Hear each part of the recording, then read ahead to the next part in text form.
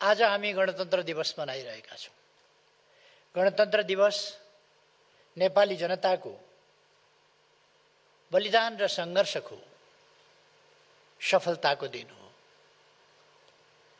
यो हाम्रो उल्लासको चाड हो, तर आज हामी त्यसरी उल्लासपूर्वक यस चाडलाई मनाउन सकिरहेका छैनौँ।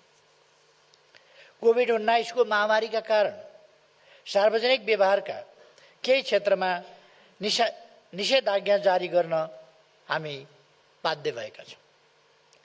विवाह, व्रतबन्ध, चाडपर्व र जात्राहरू समेत मनाउन सकिरहेका छैनौँ।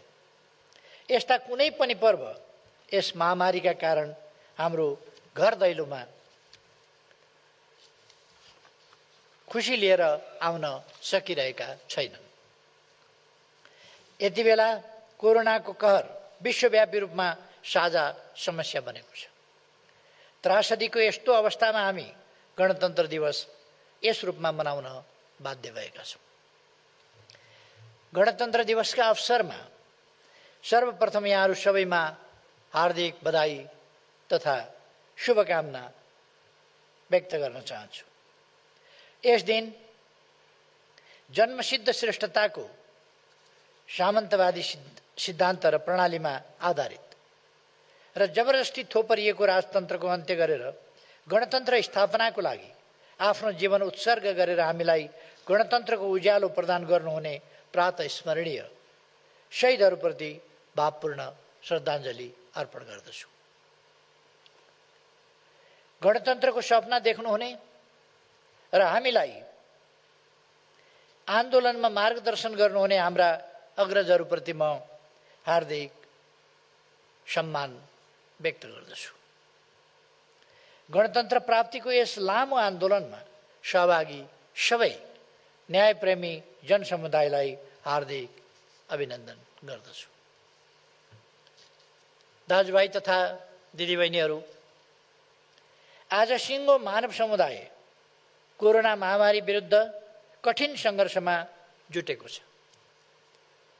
हाम्रो पुस्ताले भोग्नु परेको सर्वाधिक ठुलो चुनौतीका रूपमा देखिएको यस महामारीबाट जनताको जीवन रक्षा गर्न हामीले कुनै पनि सम्भव प्रयासहरू बाँकी राखेका छैनौँ। यसले हाम्रा कार्यपद्धतिहरू, प्राथमिकताहरू, स्वभाव र जीवनशैलीलाई चुनौती दिएको छ। यो महामारी अकस्मात आएकाले संसारका कुनै पनि देशमा यसको पूर्व तयारी थिएन। मौजुदा स्वास्थ्य संरचनाको क्षमताले सम्पूर्ण समस्यालाई सम्बोधन गर्न सबैलाई हम्मे नै पर्यो अथवा अपर्याप्त नै भयो। त्यो हामीले करिब शून्य अवस्थाको स्वास्थ्य संरचना र पूर्वाधारलाई यसै बीचमा व्यवस्थित गरी आइपरेको सङ्कटसँग जुझ्नु पर्यो। अहिले त दोस्रो तेस्रो लहरका रूपमा मानव स्वास्थ्यलाई चुनौती दिई भाइरसका नयाँ स्वरूप समेत देखा परिरहेका छन्। हामीले अधिकांश सङ्क्रमित बिरामीको उपचार निःशुल्क गरिरहेका छौँ। निःशुल्क खोप अभियानलाई पनि निरन्तरता दिइरहेका छौँ, जबकि कतिपय सम्पन्न र विकसित देशहरूले पनि यस किसिमको उपचार, स्वास्थ्य परीक्षण, उपचार वा कोभिड खोपको प्रबन्ध निःशुल्क गर्न सकेका छैन। हामीले त आगामी निर्वाचनभन्दा अगाडि नै सबै जनतालाई खोप उपलब्ध गराउन प्रयास अघि बढाएका छौँ। यस कार्यमा सरकार प्रयासरत छ र आफ्नो क्षमतालाई भरपूर प्रयोग गर्दै कोभिड विरुद्धको लडाइँमा आफूलाई केन्द्रित गरिरहेको छ। यस चुनौतीलाई सामना गर्न हामी सक्षम हुनेछौँ भन्ने विश्वास म सबैमा दिलाउन चाहन्छु। दिदीबहिनी तथा दाजुभाइहरू, गणतन्त्र दिवस जनताले ऐतिहासिक सफलता प्राप्त गरेको र जनता विजयी भएको महान उत्सव हो। मैले अघि नै पनि भनिसकेँ। जनता वास्तविक अर्थमा सार्वभौम बनेको यो दिन नेपालको राजनीतिक इतिहासको महत्त्वपूर्ण र अविस्मरणीय दिन हो। जनताले 7 दशक लामो बलिदानपूर्ण सङ्घर्षबाट ल्याएको प्रणालीको संरक्षण र विकास गर्नु अब हाम्रो कर्तव्य हो र हामी यस कर्तव्य पालनामा इमानदारी र निष्ठाका साथ क्रियाशील रहिरहेका छौँ। मानव सभ्यताको विकास क्रममा राज्यहरूको उत्पत्ति गणराज्यहरूबाट भएको थियो। लोकतान्त्रिक विधिबाट निर्वाचित हुने प्रतिनिधिहरूबाट गणराज्यहरूको व्यवस्थापन हुने र हरेक महत्त्वपूर्ण निर्णयहरू जनताको अभिमतबाट नै हुने परम्परागत व्यवस्थाबाट नेपाली सभ्यताको पनि आरम्भ भएको थियो। तर सामन्तवादको थालनीसँगै जन्मसिद्ध श्रेष्ठताको आधारमा शासकहरू स्थापित हुने, वंश परम्पराले निरन्तरता र नेतृत्व पाउने तथा हुकुमबाट राज्य सञ्चालन गर्ने व्यवस्था सुरु भयो। छलछाम, कपट र हिंसाबाट राजतन्त्र सुरु भयो र जनतामाथि गरेको दमनबाट वंशानुगत नेतृत्व कायम भयो। लामो समयसम्म चलेको त्यस सामन्ती प्रणालीको अन्त्य गर्दै हामीले सङ्घीय लोकतान्त्रिक गणतन्त्रलाई आफ्नो शासन प्रणालीको रूपमा अगाडि बढाएका छौँ।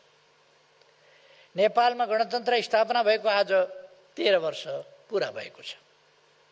विधियुक्त राज्य प्रणालीले कानुनको शासन र लोकतन्त्रको प्रतिनिधित्व गर्दछ। सारपूर्ण र वास्तविक गणतन्त्र सहितको लोकतन्त्र नै पूर्ण लोकतन्त्र हो।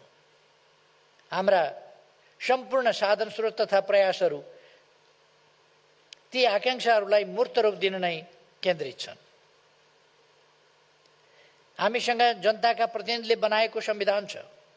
संविधानमा जनताको अधिकार एवं सर्वोत्तम हित र आकाङ्क्षाहरू प्रतिबिम्बित छन्। तिनको व्यवहारिक कार्यान्वयन मार्फत जनताको हातमा प्रतिफल पुर्याउन हामी दत्तचित्त छौँ। लोकतान्त्रिक गणतन्त्रको अभ्याससँगै हामीले हासिल गरेका उपलब्धिहरू गौरवपूर्ण र दूरगामी महत्त्वका रहेका छन्। गणतन्त्र लोकतान्त्रिक आन्दोलनको सर्वोच्च उपलब्धि हो। जनता मार्फत निर्धारित गरिएको जनताको तन्त्र हो। जनतालाई केन्द्रबिन्दुमा राखेर जनताको इच्छामा र जनताका लागि सञ्चालित हुने शासन व्यवस्था हो। मानिस जन्मदै धरतीमा रहेका स्रोत साधन निर्बाध उपभोग गर्न पाउने अधिकारसहित जन्मिन्छ। जनताको श्रेष्ठता र सर्वोच्चता हुने, स्वच्छ प्रतिस्पर्धा रहने गणतन्त्रात्मक शासन प्रणाली सामाजिक रूपान्तरणको माध्यम हो। संविधान र कानुनमा उल्लेखित अधिकारको प्रयोग सहज रूपमा गर्ने गरी जनता सचेत र सक्षम नहुँदासम्म गणतन्त्र दिगो हुन सक्दैन। जनताको अज्ञानताबाट लाभ लिँदै जनताको सार्वभौम सत्तालाई विभिन्न स्वार्थ समूहहरूले आफ्नो नियन्त्रणमा राख्ने प्रवृत्तिलाई निस्तेज पारी गणतन्त्रलाई दिगो बगनाउनु जरुरी छ। त्यसैले समुचित रूपमा लोकतान्त्रिक गणतन्त्रलाई समृद्ध बनाउन जनताले समानतायुक्त, न्यायपूर्ण, शान्ति सुरक्षायुक्त वातावरणसहित सुशासन र सेवामा पहुँचको अनुभूति गर्ने गरी हामीले हाम्रा तमाम प्रयासहरू अगाडि बढाइरहेका छौँ। गणतन्त्रको यस युगान्तकारी राजनीतिक परिवर्तनलाई सामाजिक जीवनका बहुआयामिक क्षेत्रमा विकास गर्ने समुन्नत प्रणालीतर्फ हामी अग्रसर छौँ। मुलुकमा संरचनागत पूर्वाधारको तीव्र र दिगो विकासमा हाम्रो सक्रियता त्यसैका लागि हो। हामी मुलुकको विकासका लागि सामाजिक र भौतिक पूर्वाधार बनाउँछौँ। तिनै पूर्वाधारहरूले जनताको सुख र समृद्धिका आधार निर्माण गर्दछ। त्यसैलाई हामीले समृद्ध नेपाल, सुखी नेपालीको राष्ट्रिय आकाङ्क्षाका रूपमा अघि सारेका छौँ। हामीले लोकतान्त्रिक गणतन्त्रलाई सबल तुल्याउन समावेशीकरण सहितको सामाजिक न्याय, सुशासन र समृद्धिका तीनवटै आयामलाई समुचित सन्तुलनका साथ अगाडि बढाएका छौँ। गणतन्त्रलाई जनताको जीवनसँग तादात्म्य कायम गरेर अघि बढ्न हाम्रा सम्पूर्ण प्रयासहरू केन्द्रित छन्। जनताको जीवनमा परिवर्तन ल्याउन नै र सकारात्मक परिवर्तन ल्याउन नै विकासका चौतर्फी अभियान अघि बढाइएको छ। गणतन्त्रात्मक शासन प्रणाली मात्र नभएर अथवा गणतन्त्र एउटा शासन प्रणाली मात्र नभएर सभ्यता, संस्कृति र सामाजिक जीवन पद्धति समेत हो।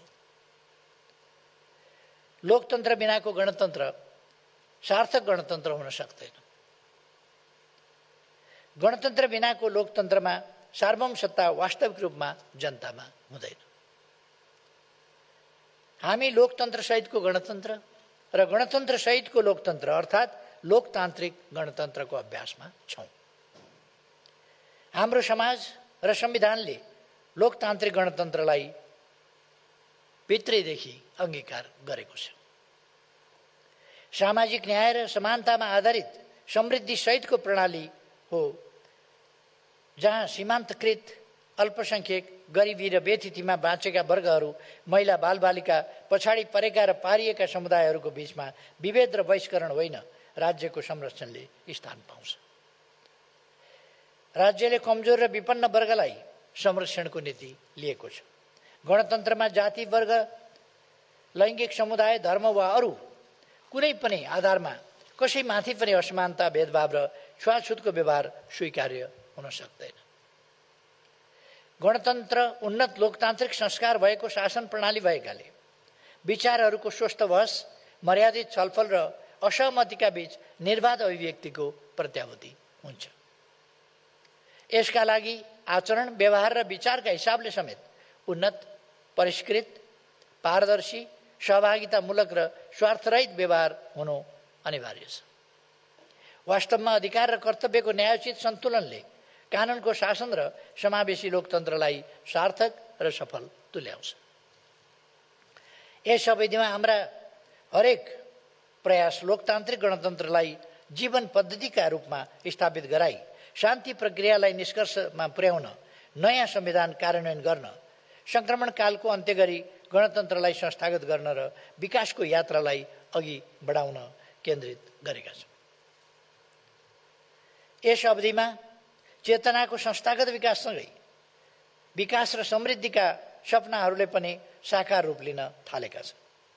जनताले आफूलाई शासन गर्ने आफ्ना प्रतिनिधि आफै चयन गर्ने र आफ्नै सहभागितामा स्वतन्त्र ढङ्गले विकास गर्ने पद्धति बसालिएको छ। राष्ट्रको सार्वभौम अभ्यासले नवस्थापित गणतान्त्रिक प्रणालीलाई मजबुत पार्दै राष्ट्रले अन्तर्राष्ट्रिय रूपमा समेत भिन्न पहिचान बनाएको छ। लामो राजनीतिक अस्थिरता र सङ्क्रमणलाई चिर्दै मुलुकको आर्थिक सामाजिक क्षेत्रमा उल्लेखनीय प्रगति हासिल भएको छ। आर्थिक वृद्धि दरमा निरन्तर प्रगतिका साथै निरपेक्ष गरिबीमा कमी हुनु, सुशासन र शान्ति स्थापनामा सुधार भई अपराधमा कमी तथा जनतामा सुरक्षाको प्रत्याभूति हुनु, भूकम्प पछिको पुनर्निर्माणका कार्यले सार्थकता पाउनु, सेवा प्रवाहमा व्यापक सुधारसहित जनताको सन्तुष्टि बढ्दै गई विश्वास वृद्धि, विकास, समृद्धि तथा सुशासनका सबै आयामहरू तथा विश्वव्यापी परिसूचकहरूमा उल्लेख्य सुधार आउनुले मुलुक सही दिशातिर अगाडि बढेको स्पष्ट हुन्छ। खास गरी कोरोना महामारी सुरु हुनु अघिसम्म विकास र समृद्धिका हाम्रा सबै सूचकाङ्क अत्यन्त उत्साहवर्धक रहेका थिए। मुलुकको यस शासन प्रणालीलाई संस्थागत र सुदृढ गर्न राष्ट्र र राष्ट्रियताको भावना एकाकार हुनुपर्दछ। ओझेलमा परेका विकास र समृद्धिका आकाङ्क्षाहरूलाई एकीकृत रूपमा सम्बोधन गर्नुपर्ने हुन्छ। सरकारले विभिन्न समयमा देखा परेका अनेक व्यवधानहरूलाई झेल्दै जन आकाङ्क्षालाई नै प्राथमिकताका साथ सम्बोधन गरेको छ र गरिरहनेछ। लोकतन्त्र जनताको जीवनमा बाँच्नुपर्ने प्रणाली हो। जनताको जीवनबाट यसलाई अलग गरेर केही व्यक्ति विशेषको स्वार्थ सिद्धिका लागि उनीहरूलाई उपभोक्ता बनाई शासन अवधिको बाँडफाँड तथा उपभोगका रूपमा अर्थ्याउने विसङ्गत परिभाषा यसका लागि हानिकारक छ। यो जनताको सार्वभौम अधिकार हो, जसलाई जनताले निर्वाचन मार्फत अभ्यास गर्दछ। जनता बाहेक कुनै पनि ताकतले कसैलाई सत्ताको केन्द्रमा पुर्याउने र कसैलाई सत्ताबाट खसाल्ने परिभाषा र अभ्यासलाई लोकतान्त्रिक गणतन्त्रले आत्मसात गर्न सक्दैन। हाम्रो गणतन्त्रले प्रणालीका छिद्रहरू खोजेर कसैलाई सत्तामा चढाउने र कसैलाई झार्ने खेलमा समय व्यतीत गर्ने होइन, गरिबी र पछौटेपन विरुद्धको लडाईँ जित्नुपर्ने हुन्छ। त्यसमा पनि खास गरी जब राष्ट्रिय समस्याहरू आइपर्छन्, जब महामारी जस्ता सङ्कटहरू आइपर्छन्, जब राष्ट्रिय सीमाभन्दा बाहिरका विश्वव्यापी समस्याहरू आइपर्छन्, त्यस्ता अवस्थाहरूमा हामीले त्यस्तो साझा लडाईँ, संयुक्त प्रयास, सबै एकजुट भएर गरिने प्रयासहरूबाट लडिनु र त्यसमा विजय हासिल गर्नुपर्ने हुन्छ। जनता मजबुत हुँदा स्वतः लोकतन्त्र मजबुत हुने स्पष्ट छ। राजनीतिक झगडा लडाईँका मुख्य विषयमा जनतालाई न्यायाधीश बनाएर जनताको अभिमतलाई सर्वोपरि मान्दै अग्रसर रहन म सबैलाई आग्रह गर्न चाहन्छु। आफ्ना जिद्दी होइन, जनताको आवधिक मूल्याङ्कन र जनताको अभिमत नै सर्वोपरि र निर्णायक कुरा हो। आवधिक निर्वाचन लोकतन्त्रको आधारभूत पक्ष हो। निर्वाचनले जनादेशलाई पुनर्ताजगी गर्न र निर्वाचन पछि बन्ने सरकारलाई सुदृढ बनाउन, जनअपेक्षा अनुसार काम गर्न उत्प्रेरित गर्दछ। यसै अभिप्रायका साथ आगामी कार्तिक 26 र मङ्सिर 3 गते 2 चरणमा आम निर्वाचन सम्पन्न गर्ने घोषणा भएको छ। यति बेला चुनाव हुँदैन र गराइँदैन भन्ने भ्रमपूर्ण प्रचार तथा चुनाव स्वतन्त्र र निष्पक्ष हुँदैन भन्ने कुप्रचार दुवै अत्यन्त निराधार र हानिकारक छ। यस्ता दुष्प्रचारको भ्रममा नपर्न म सबैमा हार्दिक आग्रह गर्दछु। गणतन्त्र दिवसको यस अवसरमा सरकार निर्वाचनमा जानुपर्ने अवस्थाको सिर्जना आज कसरी भयो भनी स्पष्ट गर्नु पनि सान्दर्भिक ठान्दछु। मुलुक निर्माणको एउटा दृष्टिकोण, एउटा सोच र एउटा अभियान अनुरूप जारी घोषणापत्र अनुसारको जनअनुमोदनबाट आएको सरकारले चालेका जनमुखी कदमहरू यहाँहरू समक्ष अवगत नै छन्। तर सरकारका हरेक पाइलामा हामीले व्यवधान, घेराबन्दी र विरोध मात्रै सामना गरिरहनु परेको छ। जनताका लागि होइन, सत्ता आकांक्षी समूहका लागि मात्रै मुलुकको लोकतान्त्रिक प्रणालीलाई दुरुपयोग गर्ने यस प्रवृत्तिको छिनोफानो गर्ने अब जनताले नै हो। मुलुकको अमूल्य समयलाई यस्तो अकर्मण्यता र अनुशासनहीनतामा खेर जानबाट रोक्न जनतासँग ताजा जनादेश माग्नु एकमात्र विकल्प हुन पुगेको छ। सबै दलहरूले आफूलाई जनपरीक्षण गर्ने अवसर पनि यस क्रममा नै प्राप्त गर्नेछ। तसर्थ सरकार आगामी आम निर्वाचनलाई निर्धारित समयमा नै स्वच्छ, निष्पक्ष र स्वतन्त्र रूपमा शान्तिपूर्ण वातावरणमा सम्पन्न गर्न प्रतिबद्ध रहेको कुरा म निवेदन गर्न चाहन्छु। गणतन्त्र दिवसको यस सन्दर्भमा म यहाँहरू सबैमा कोरोना संक्रमणबाट सुरक्षित रहन आग्रह गर्दछु।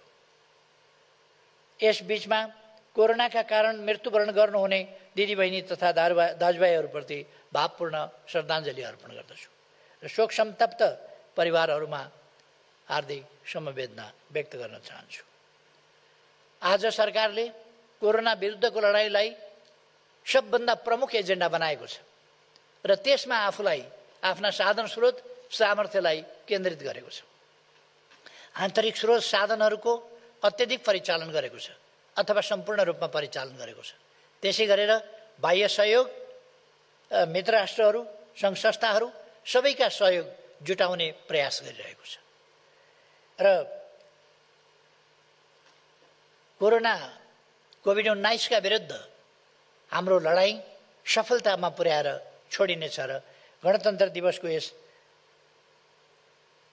अवसरमा म